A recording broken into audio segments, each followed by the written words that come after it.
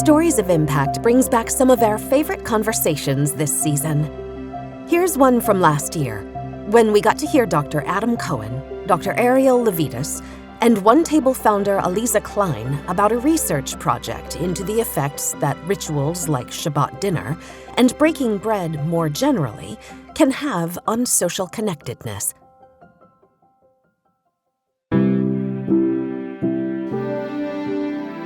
Welcome to Stories of Impact. In every episode, we travel the world to explore intersections of science and spirituality. I'm your host, writer Tavia Gilbert, and along with journalist Richard Sergey, every first and third Tuesday, we look through a new lens at old traditions, hear from new generations as they dream up innovative solutions, and learn new ways to make sense of modern life. This is Stories of Impact, the art and science of human flourishing. In our last episode, we met Dr. Adam Cohen, social psychologist and psychologist of religion at Arizona State University. He and Dr. Catherine A. Johnson, ASU Associate Research Professor, shared their discoveries about the positive impact of fasting on the Jewish high holiday of Yom Kippur. Today, we're in conversation with three researchers, including Dr. Cohen, who share another project that explores the way religious ritual connects participants more deeply, not only with their faith, but with their community. This time, not through the practice of abstaining from food, but by breaking bread together. Dr. Cohen sets the stage by explaining his somewhat unusual attraction to the scientific study of spiritual faith. I've long been interested in how religion might promote good life outcomes for people, things like physical health, mental health, good community support, and integration. In psychology, religion has not really been taken that seriously at all. But Dr. Cohen has taken it seriously, and over the course of multiple studies investigating how world religions affect communal well-being, he has come to understand the science of spiritual faith more deeply. And one of his core beliefs is not exclusive to followers of any specific religion. It's a universal human truth. People like to get together with a shared purpose and a shared identity. They like to share food together. That solidifies their sense of connection. Each Friday year-round, Jews worldwide gather to break bread over Shabbat dinner, the Jewish day of rest. Traditionally, those who observe Shabbat gather in community to light candles, read from the Torah, pray, and sit around a table to share a meal. And Dr. Cohen has always thought that Shabbat dinner almost certainly does have a good effect on people's social connection and maybe other indicators of well-being. I think that wisdom is present in lots of spiritual traditions. And Dr. Cohen's colleagues, including Dr. Arielle Levites, had the same idea, that perhaps Shabbat was a practice with measurable impact. Here's Dr. Levites. We share that hypothesis that the components altogether, Friday night, food, shared intention, that will see perhaps some interaction effects where we see some of the strongest social connection and belonging outcomes there. Dr. Levites, managing director of the Collaborative for Applied Studies in Jewish Education and a research assistant professor in the Graduate School of Education and Human Development at George Washington University, also thought that Shabbat dinner might provide a template for enhancing social connection not only for Jews, but for anyone. Jews and the American Jewish community have long believed that Shabbat lends some kind of binding structure to community. We see a lot of initiatives that if you want to build community or you want to bring people in who have been sort of peripheral, let's say, to the Jewish community, the way that you do that is that you have a Shabbat dinner. So the research team imagined a study that could answer the question, does Shabbat dinner as a spiritual practice increase social connectedness? That question was personal to her because of one of her core beliefs. We cannot flourish alone. We need to understand flourishing as a group project. Historically, the academic study of religion, the kinds of experiences it promoted that was very focused on the individual's personal, internal, emotional experience. And that in the study of religion and flourishing, that has often been foregrounded historically. There are traditional modes in which Judaism has something really important to say to our shared conversation about what flourishing can look like. So Dr. Cohen and Dr. Levites enlisted the participation of Aliza Kline, founding president and then CEO of OneTable, an organization designed to help young Jews develop the independence and the confidence to observe the ritual of Shabbat dinner in their homes and to share the experience with their friends and loved ones. Kline was enthusiastic about doing a research project that would dive deep into the data about whether Shabbat dinner had the potential to increase flourishing. What does it mean to have new data that uplifts a home-based practice, that enables people to create this sense of connection inside their own home with a lot of validity?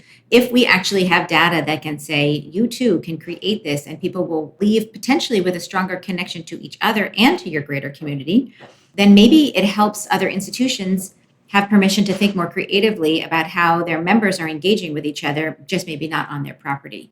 So what did OneTable's design offer Dr. Cohen and Dr. Levites and the research team? Kline says, there's a couple of things that are unique to OneTable's particular kind of Shabbat dinner intervention. OneTable provides guidance, suggestions, guardrails. We provide what we call nourishment credit, which is actually financial support to take the burden off of hosting 8 or 10 people. Maybe you want to order in some food. Maybe you need an actual table or chairs to serve this. Maybe you need a traditional ritual object. You tell us what you need. Since Kline founded OneTable over a decade ago, OneTable has facilitated more than 120,000 DIY Shabbat dinners with over 250,000 participants, with those numbers increasing every single week. It's not about a synagogue. There isn't a professional Jew or a rabbi, for example, who is facilitating ritual for others. The OneTable design is a DIY with support, home-based approach. And all of our hosts are volunteers. And the idea is that they themselves, they reflect their guests. So they're in their 20s and 30s. They are coming from a wide range of Jewish backgrounds. They are most likely to be Jewish, but their partner or their friends or their guests could absolutely be people from all different backgrounds. So it becomes their own identity supported by the platforms. OneTable began to address a growing problem: loneliness and dissociation from Jewish community, especially among young people. Since the beginning, OneTable has been incorporating measures around social connectedness and loneliness. A desired outcome is greater social connectedness. Close to 50% of our participants are Gen Z identified now. This was a population of young adults who were disassociating from Jewish life as they were from all kinds of institutional affiliations, according to Pew Research. And there was also an epidemic of loneliness that was coming out in many different places, including UCLA studies, both disproportionately affecting young adults. Yet we saw young adults clearly looking for ways to connect with each other, just not finding them through traditional channels. And that was the key to making OneTable uniquely suited to partner in the Shabbat Dinner Project, says Dr. Cohen. A real strength of this project is this is really taking seriously the idea that a spiritual exercise like a Friday night dinner could have a positive effect, for example, on people's loneliness and feelings of connection. But from an experimental point of view, it's breaking apart this practice into its possible active ingredients. We're asking, is food necessary? Or is a group of people getting together with a shared purpose, is that enough? Is a bunch of people eating together, is that enough? Or do you need a sacred purpose? Does this need to be at a sacred time, for example, Friday night? Or is any time a bunch of people getting together with a shared purpose and sharing food, is that enough? And by doing all possible combinations, we're trying to figure out which of these ingredients you need, either singly or together, in order to increase social connection. Dr. Levites agreed that OneTable was ripe for research.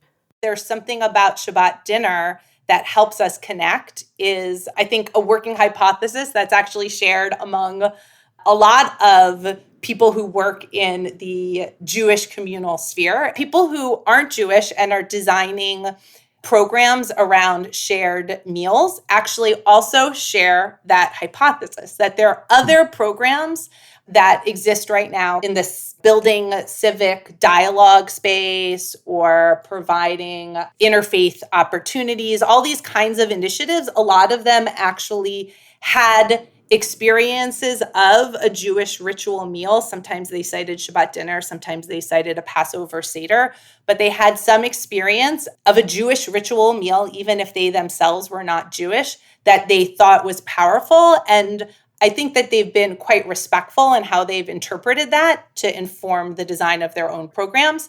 It's somehow inspired by that. With Shabbat as a template for Jews and non-Jews alike to potentially achieve greater community connection and personal flourishing, Dr. Levites says the research team designed the study to explore this idea of spiritual or religious practices that might contribute to flourishing in some way, and to test the impact of what they believed might be. Some of the key facets are a host who either individually invites guests or makes their table open for others, shared food, shared sacred time, and shared intention. The 2-year research project began in November 2022 with interviews, focus groups, and a study of 8 variations on the typical Friday night Shabbat dinner experience.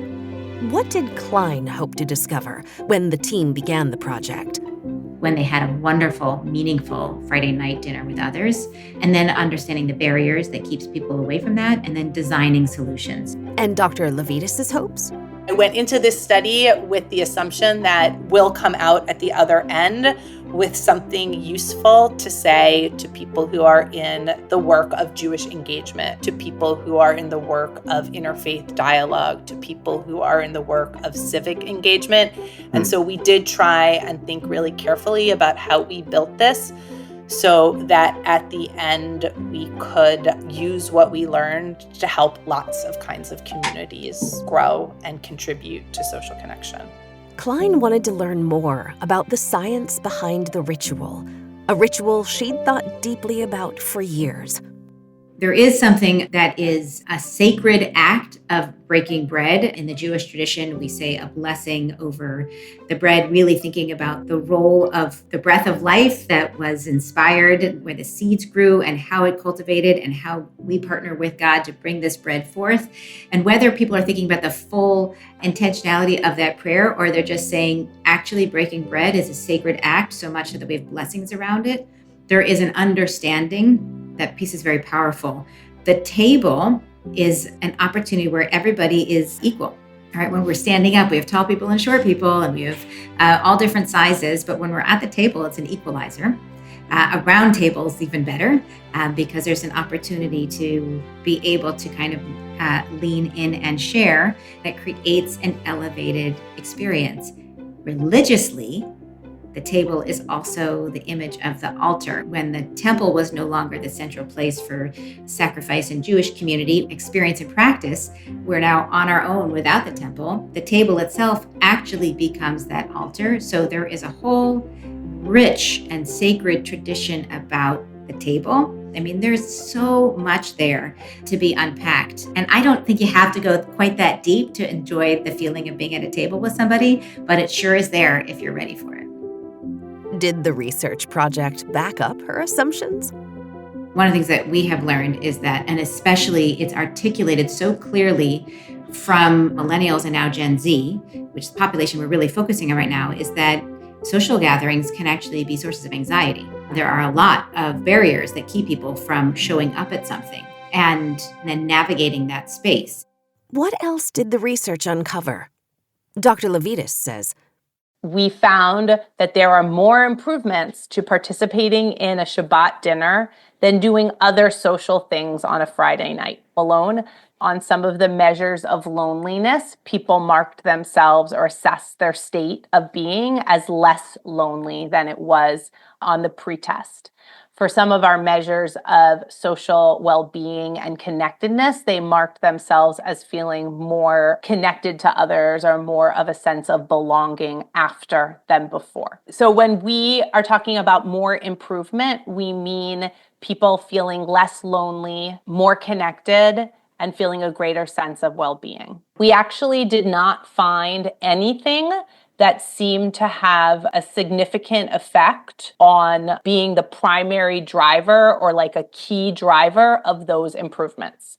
It didn't matter if you liked the food. It didn't matter if you lit Shabbat candles or said a blessing over the challah. It didn't matter if you went to the gathering with a close friend or were less well connected to the people there. So all of these things that we imagined would perhaps be positioned to make an important contribution to somebody's outcomes after a Shabbat dinner, none of those things proved to be a clear driver of those improvements. And that is not entirely, but largely true for most of the measures across all of the gatherings. But Friday people who gathered on Fridays showed more improvements than people who gathered on Tuesdays.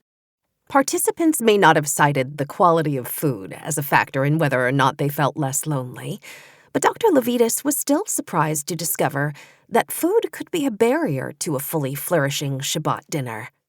What we actually found was the food conditions showed less improvement than the no food conditions. So people who did not have food at their gathering showed more improvements. They rated themselves as less lonely, and they scored themselves higher on measures of well-being and social connection compared to people who did have food at their gatherings. And that was a big surprise to us. So what's her assessment of those results?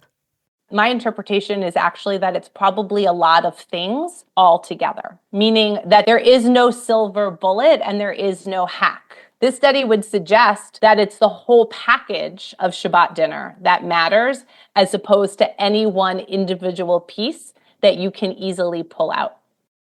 However, Dr. Levites reports that the research still supports what she, Dr. Cohen, and Aliza Kline thought might prove to be true.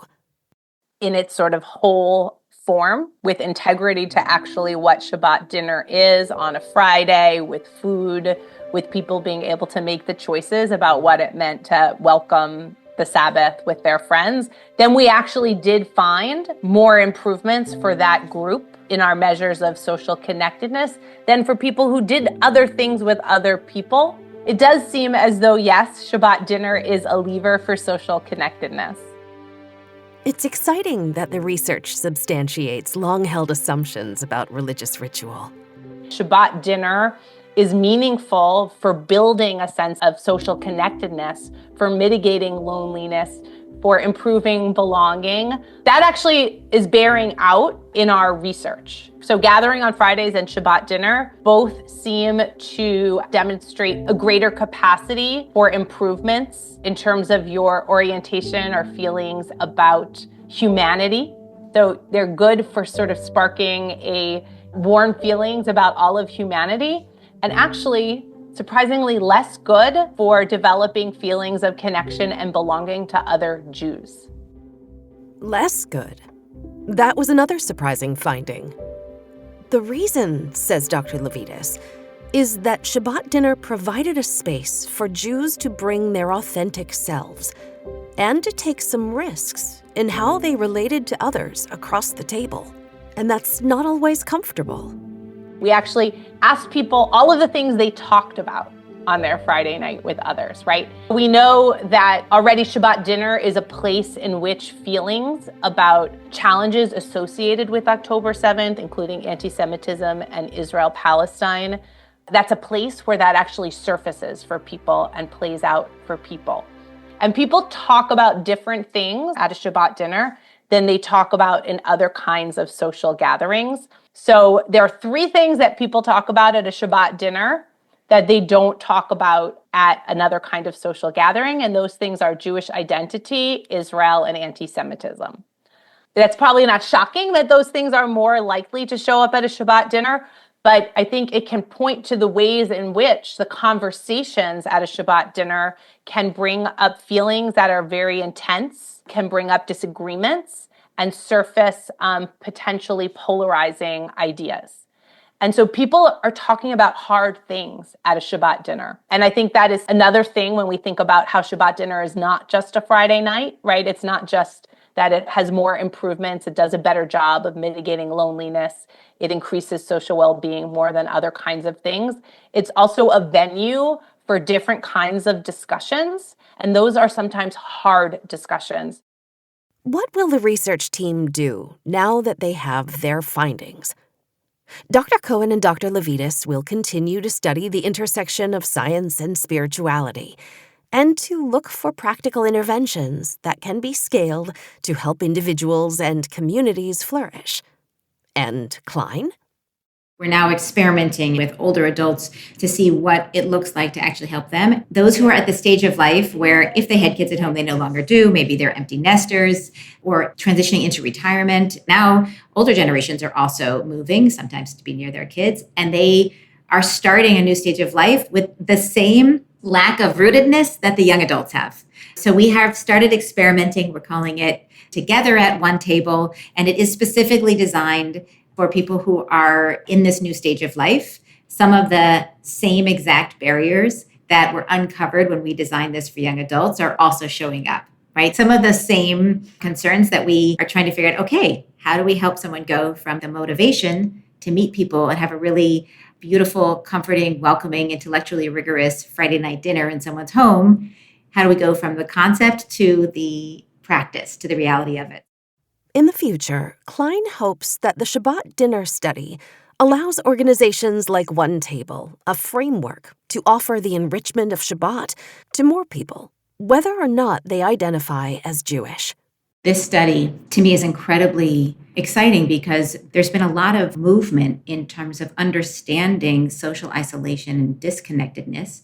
The idea that religion can actually be an antidote to loneliness and an asset in terms of social connectedness seems so obvious to me, but that's because I come from a religious and community leading background. And the question is actually true for the general population? And if so, how might we create this intervention on an even larger scale so that more people have social connection? We actually have clients who are outside of the Jewish community. One is called the Dinner Party. The Dinner Party is a beautiful platform that was also started by a millennial to acknowledge that young adults, some of whom have had a personal loss in their family, and they need community. So they have a platform by which a young person can find other young people to have a beautiful, curated conversation about loss around the dinner table. So it's a beautiful expansion of OneTable. Those same folks are involved in the People's Supper and other gatherings that have been designed specifically at times of high polarization, like we are in America right now, to bring people together, whether it's for a Sunday dinner in a religious context or a Tuesday dinner in terms of bringing together people who are specifically across political spectrum. What are the benefits of making it a ritual where there is the shared food, the intentionality, the cause that's bigger than yourself? If those three ingredients turn out to be essential and in different frames, that'll be really clarifying for people who are also struggling to bring people together and need to know the right ingredients to do it. Our series about the science of religious ritual comes to a close with our next episode, so we hope you'll come back in 2 weeks for that final uplifting exploration. In the meantime, we hope you'll share an intentional meal with a loved one. And we also hope that you'll follow the Stories of Impact podcast and that you'll recommend us to a friend. If you have 1 more minute, it would be great if you could give us a 5-star rating and a review. And we'd be thrilled to hear from you. You can find us at our new website, storiesofimpact.org. This has been the Stories of Impact podcast with interviews by Richard Sergey and Tavia Gilbert. Written and produced by Tavia Gilbert for Talkbox Productions. Assistant producer Oscar Falk. Music by Alexander Filipiak. Mix and master by Kayla Elrod. Executive producer Michelle Cobb. The Stories of Impact podcast is generously supported by Templeton World Charity Foundation.